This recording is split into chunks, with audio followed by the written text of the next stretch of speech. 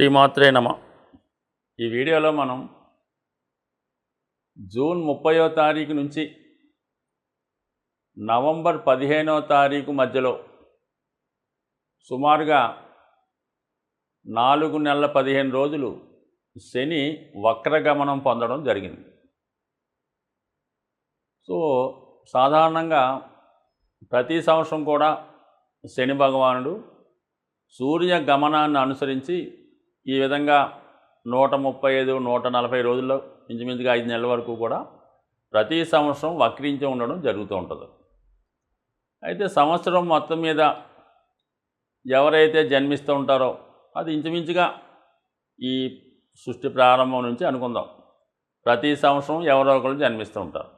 ఈ జన్మించిన వాళ్ళు గురుగ్రహం ఇంచుమించుగా ఒక 40% జాతకాల్లో వక్రించి ఉంటాడు. అంటే ఇప్పుడు మనకేముంది, ఈ సంవత్సరం 30 జూన్ తర్వాత నుంచి నవంబర్ 15 మధ్యలో ఎవరు జన్మించినా వారి జన్మజాతకంలో శని వక్రించి ఉంటాడు. ఇంకా నవంబర్ 15 నుంచి మామూలుగా శని రుజుమార్గంలో ఉంటాడు. ఈ విధంగా ప్రతి ఒక్కరి జాతకంలో శని వక్రించి ఉండడం కానీ రుజుమార్గంలో ఉండడం కానీ జరుగుతుంది.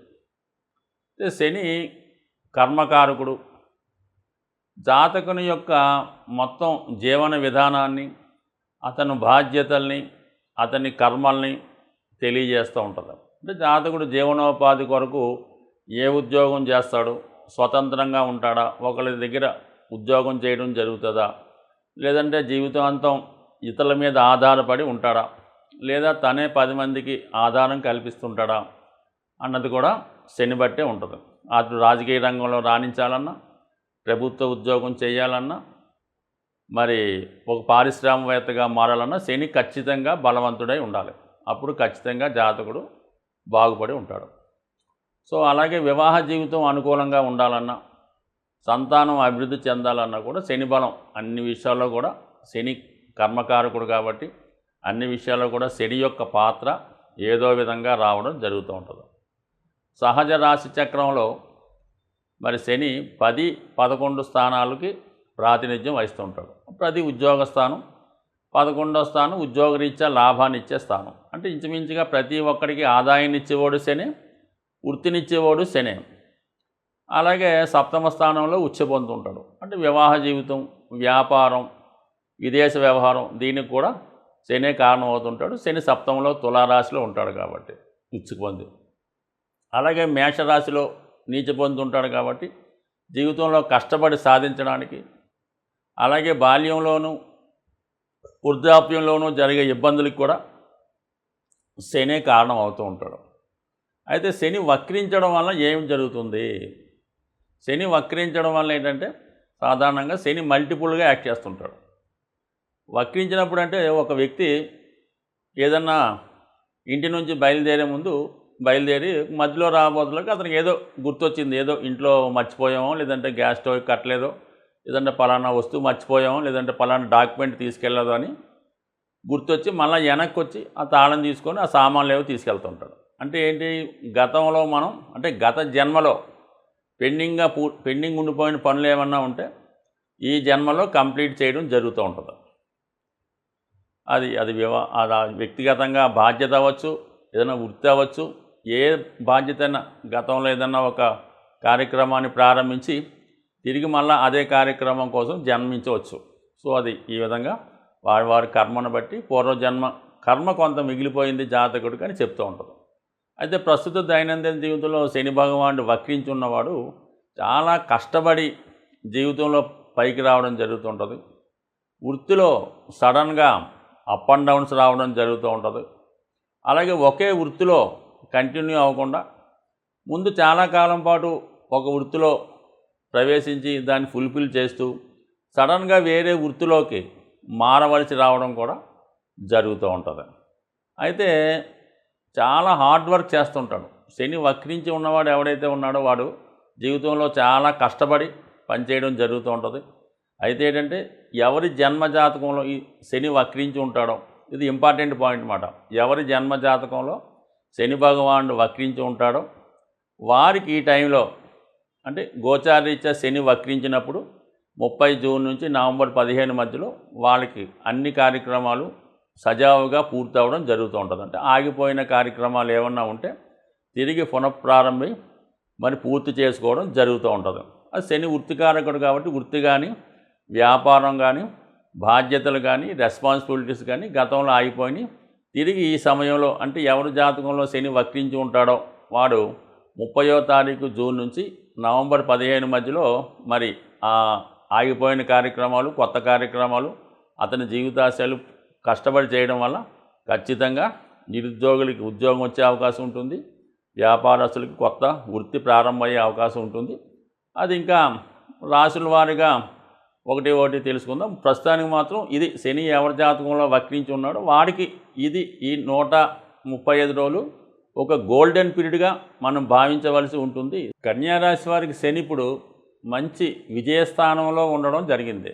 మరి అటువంటి వారికి ఇంకొక డబుల్ బెనిఫిట్ రాబోతుంది. ఈ జూన్ 30 నుంచి నవంబర్ 15 మధ్యలో శని వక్రగమనం పొందుతాడు. సో దీనివల్ల ఏంటంటే శని మరింత బలవంతుడై మరి ఉద్యోగంలో కూడా మీ యొక్క హోదాకి పెరుగుతుంది. అయితే ఎప్పటికే మీరు అధిక శ్రమతో పనిచేస్తుంటే మీ మీద ఇంకొకరి బాధ్యతలు కూడా పడే అవకాశం ఉన్నది. అంటే సడన్గా మీ పై అధికారి ఏదో పని మీద ఏదో లీవ్ పెట్టి లేదంటే జాబ్ నుంచి వెళ్ళిపోవడం వల్ల ఆ పదవి కూడా మీరు యాక్ట్ చేయవలసి ఉంటుంది. ఈ 2 పదవులు మీరు ఒక 4 నెలల పాటు అతి కష్టం మీద ఓర్పుగా వహిస్తే మరి చివరిలో మీకు అనూహ్యంగా ఒక గొప్ప ప్రమోషను, మంచి గుర్తింపు, మంచి అవార్డు కూడా రావడం జరుగుతూ ఉంటుంది. అయితే మరి వక్రించి ఉండడం వల్ల తిరిగి 5వ స్థానంలోకి వచ్చిన ఫలితం కూడా రావడం జరుగుతుంది. అయితే ఈ సమయంలో గతంలో మీరేమైనా చిన్న పొరపాట్లు చేసి ఉంటే అంటే క్లరికల్ మిస్టేక్స్ లాంటివి ఏమైనా చేసి ఉన్నా, చూడకుండా ఏదైనా సంతకాలు పెట్టి ఉన్నా, మరి అది ఆడిటింగ్లోనో ఏదో విషయంలో అది బయటికి వచ్చి మీకు కొంత ఇబ్బంది కలిగి ఏదో విధంగా భయం కూడా కలిగే అవకాశం ఉంది. ఉద్యోగరీత్యా ఏమైనా అవుతుందా ఏంటా అన్న ఇబ్బంది మీకు కలిగే అవకాశం ఉన్నది. అయితే మీకు తెలుసు మీరు నిజాయితీగా ఉన్నారని. బట్ కానీ ఈ వక్రగమన ప్రభావం మీ మీద కొంత మానసిక ఒత్తిడిని, ఉద్యోగంలో ఉన్నటువంటి భయాన్ని, అభద్రతాభావాన్ని కలిగించే అవకాశం ఉంటుంది. మరి ఆ కారణం వల్ల మీరు కంపల్సరీగా మరి మీరు చిన్న మిస్టేక్స్ ఏమన్నా ఉంటే ఒకసారి గుర్తు తెచ్చుకోండి.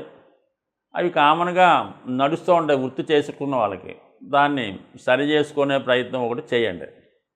అలాగే మరి ముఖ్యంగా మీ పిల్లల యొక్క విషయంలో కానీ మీరు ఏదైనా ఇన్వెస్ట్మెంట్ చేసి ఉంటే, షేర్లు అటువంటి వాటి ఇన్వెస్ట్ చేసి ఉంటే వాటిని ఒక్కసారి పునఃపరిశీలించుకోండి. వాటిని కంటిన్యూ చేద్దామా లేదంటే వాటిని అమ్మేసి తిరిగి ఏదన్నా మార్చుకుందామా అన్నటువంటి నిర్ణయం ఒకటి తీసుకోండి.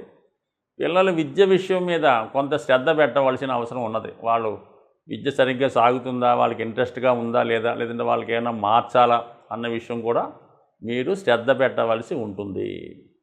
అయితే మరి 6వ స్థానంలో ఉన్నటువంటి శని భగవానుడు అష్టమంలో చూసి అనూహ్యంగా మరి వక్రించి ఉండడం వల్ల సడన్గా ఉద్యోగపరంలో కూడా మార్పు రావచ్చు. అది ఎలా ఉంటుంది, మీకు సాధారణంగా చేసినటువంటి వృత్తిలోంచి బాగా వర్క్ లోడ్ ఎక్కువ ఉన్నటువంటి వృత్తిలోకి మారడం జరుగుతూ ఉంటుంది. అదొకటి బాగా అబ్జర్వ్ చేసుకోండి. అలాగే వ్యయస్థానాన్ని కూడా వీక్షించడం వల్ల అనుకోకుండా కొన్ని ఖర్చులు కూడా పెరుగుతాయి. అది మంచి పర్పస్సే అవుతుంది, కానీ ఖచ్చితంగా కొంత ఖర్చులు జరగవలసి ఉంటుంది. బట్ ఏదైనప్పుడు కూడా మరి ఎక్కువ లాభమే ఈ రాశి వారికి శని వల్ల కలుగుతూ ఉంటుంది. ఓవరాల్గా కన్యా రాశి వారికి బుధుడు రాష్ట్రాధిపతి అయితే శని ఉద్యోగానికి, తెలివితేటలకి, సమస్త అదృష్టానికి శని భగవానుడే కారణమవుతుంటాడు. ఒక విధంగా కన్యా రాశి వారికి కేవలం ఉద్యోగం మాత్రమే కలిసి వస్తుంది. కావాలంటే శని 6వ స్థానానికి ఆధిపత్యం వహిస్తూ ఉంటాడు. సో ఈ కారణం వల్ల మీరు ఉద్యోగం చేస్తూ ఒకరిని అభివృద్ధి చేయవలసి ఉంటుంది. అయితే ఈ సమయంలో మీరు అదనపుగా ఇప్పుడు చేస్తున్న ఉద్యోగంతో పాటుగా వేరే ఉద్యోగంలో, అంటే ఉద్యోగం అవచ్చు, పార్ట్ టైం అవచ్చు, లేదా వేరే వారికి సలహా ఇవ్వచ్చు. ఈ విధంగా ఇంకొక అదనపు బాధ్యత నిర్వహించడం వల్ల దానివల్ల కూడా మీకు కొంత గుర్తింపు, కొంత అనుభవం లాంటివి వచ్చే అవకాశం 100% ఉన్నది. సో అలాగే మరి 5వ స్థానంలో ఉన్నటువంటి శని భగవానుడు 7వ స్థానాన్ని వీక్షించడం వల్ల వివాహ ప్రయత్నాల్లో మాత్రం కొద్దిగా ఎక్కువ శ్రద్ధ పెట్టవలసి ఉంటుంది. ఏదో వివాహం అనుకోవడం, తర్జన భర్జన జరగడం, చివరికి ఆ వివాహ సంబంధం వదులుకోవడం జరుగుతూ ఉంటుంది. ఇలా ఇప్పటి వరకు అయినా జరగచ్చు.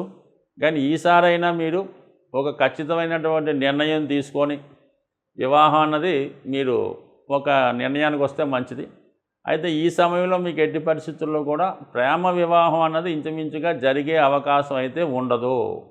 మీరేమైనా ఎఫ్ఐఆర్లో ఉన్నా, ఎవరినైనా ఇష్టపడుతున్నా అది 100% అది అనూహ్యంగా సైడ్ అయిపోయి మళ్ళీ కొత్తగా వేరే సంబంధం వచ్చి అది తొందరగానే మరి ఇంచుమించుగా రాబోయే శని వక్రగమనంలో ఉండగానే మరి వివాహం జరిగే అవకాశం ఉంటుంది. అది సరిగ్గా నిర్ణయం కరెక్ట్గా లేకపోతే తర్వాత కూడా ఇబ్బందులు ఉండే అవకాశం ఉంది. కాబట్టి వివాహ విషయంలో తొందరపడద్దు, బాగా ఆలోచించి ఒక నిర్ణయానికి రండి. అయితే కొన్ని సందర్భాల్లో ఈ వివాహ విషయంలో కూడా సరిగ్గా ఆలోచించకపోతే ఏదో విధంగా మోసం, ఇబ్బంది జరిగే అవకాశం ఉంది. కాబట్టి ఏదైనా తొందరపడకుండా జాగ్రత్తగా నిర్ణయం తీసుకుంటే మరి ఈ సమయంలో వివాహానికి కూడా అనుకూలత ఉంది, ఉద్యోగపరమైన అభివృద్ధి ఉంది. అయితే ఒక అవకాశం కాకుండా 1-2 అవకాశాలు మీరు ప్రయత్నం చేయండి. చేయడం వల్ల ఖచ్చితంగా మాత్రం ఈ శని భగవానుడు ఈ కన్యా రాశి వారికి మంచి మాత్రమే చేస్తారు. చెడు ఎవరన్నా ఉంటే ఆటోమేటిక్గా వాళ్ళు తొలగిపోతారు. వాళ్ళకి ఇబ్బంది కలిగి వాళ్ళే నష్టపోతారు, మీరేం చేయక్కర్లేదు. సో శని ఎప్పుడు కూడా మిమ్మల్ని ఎప్పుడు రక్షిస్తూ ఉంటాడు. ఆరోభావానికి ఆధిపత్యం అవడం వల్ల శత్రువుల నుంచి, బలహీనతల నుంచి ఖచ్చితంగా రక్షించి మిమ్మల్ని అటు ఆరోగ్యవంతులుగా, నిజాయితీగా ఉండే ప్రయత్నం జరుగుతుంది. ముఖ్యంగా ఈ శని వక్రగమనంలో ఉన్న, రుజుమార్గంలో ఉన్న జాతకుడి మీద ప్రభావాన్ని మంచి కానీ చెడు కానీ జాతకుడి యొక్క వ్యక్తిగత అలవాట్లు, క్రమశిక్షణ, నిజాయితీ వాటి మీదే ఆధారపడి ఉంటుంది. మీకు ఈ యొక్క శని భగవానుడు అష్టమ శని, అర్ధాష్టమ శని, ఏలినాడు శని ఏదైతే అవనవండి, అది జాతకుడు ఒక క్రమశిక్షణతో, ఒక దైవ మార్గంలో నిజాయితీగా ఎవరికి ఇబ్బంది పెట్టకుండా చాలా సింపుల్ అయినటువంటి జీవితాన్ని గడుపుతున్నాడు అనుకుందాం. వారికి ఎట్టి పరిస్థితుల్లో కూడా శని భగవానుడు ఏ ఇబ్బంది పెట్టడు. ఎక్కడికి జన్మశని కాదు కదా, అష్టమ శని కూడా ఇబ్బంది పెట్టడు. పైపెచ్చు జాతకుడిని ఉన్నత స్థితికి తీసుకెళ్లే ప్రయత్నం చేస్తూ ఉంటాడు. అదే జాతకుడు ధనం ఉందనే అహంకారంతోనో, పెద్దలు సంపాదించారనే అహంభావంతోనో, ఎవరిని లెక్క చేయకుండా, నియమాలు పాటించకుండా, దైవాన్ని దూషిస్తూ, పెద్దల్ని దూషిస్తూ, పెద్దల్ని అగౌరవపరుస్తూ, ఇంట్లో వృద్ధుల్ని అవమానపరుస్తూ అనేక రకాల ఇబ్బందులు పెట్టడం, చాలా లగ్జరీ లైఫ్ వహించడం, ఏదో అన్నం కూడా భోజనం ఏదో సగం తిని సగం పారేయడం, ఈ విధంగా అక్కలేని ఎంత ఖర్చు పెట్టడం, ఇవన్నీ చేసినోడికి శని ఖచ్చితంగా వారికి ఏ స్థానంలో ఉన్నా కూడా ఖచ్చితంగా ఇబ్బంది పెడతాడు. శని నుంచి బయటపడాలనుకుంటే మీరు ఎన్ని తైలాభిషేకాలు చేసినా, ఎన్ని రుద్రాభిషేకాలు చేసినా ఖచ్చితంగా దానివల్ల మీకు ఏమీ నయా పైసా ఉపయోగం అయితే ఉండదు. శనిని ప్రసన్నం చేసుకోవాలంటే ఖచ్చితంగా మీరు క్రమశిక్షణ వహించవలసిందే. మీలో ఉన్నటువంటి చెడు అలవాట్లు, బలహీనతలు ఖచ్చితంగా తగ్గించుకోవాల్సిందే. అంటే బలహీనతలు, చెడు అలవాట్లు అంటే కేవలం మందు తాగడం, మాంసం తాగడం, సిగరెట్ కాల్చడమే కాకుండా మరి మన ధర్మాన్ని పాటించడం, తల్లిదండ్రులని గౌరవించడం, వాళ్ళకి ఏ ఇబ్బంది లేకుండా చూడడం, వృద్ధులను ఉంటే వాళ్ళని గౌరవించడం, మీకన్నా వయసుతో బాగా పెద్దవాడితో పనులు చేయించుకోవడం, ఇలాంటి కార్యక్రమాలు చేసుకోకుండా జాగ్రత్తగా ఉండి క్రమశిక్షణగా ఉంటే ఖచ్చితంగా మీకు శని మంచి అభివృద్ధిలోకి రావడం జరుగుతూ ఉంటుంది.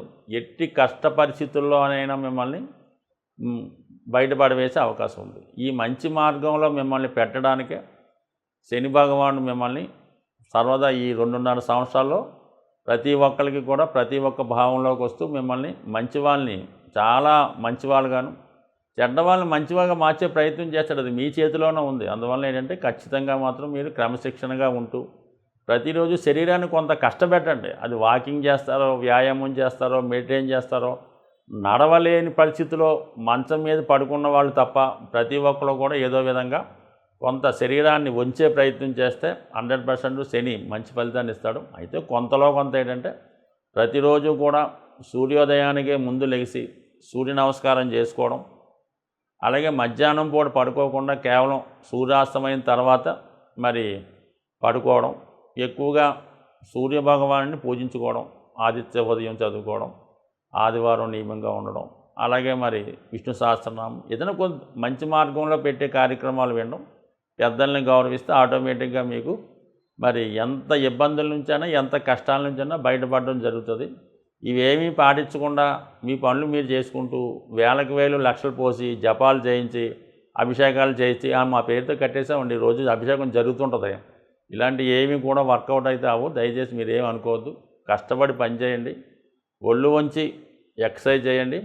100% మిమ్మల్ని ఉన్నత శిఖరాలకి తీసుకెళ్లే ప్రయత్నం శని భగవానుడు చేసి తీరుతాడు. స్వస్తి.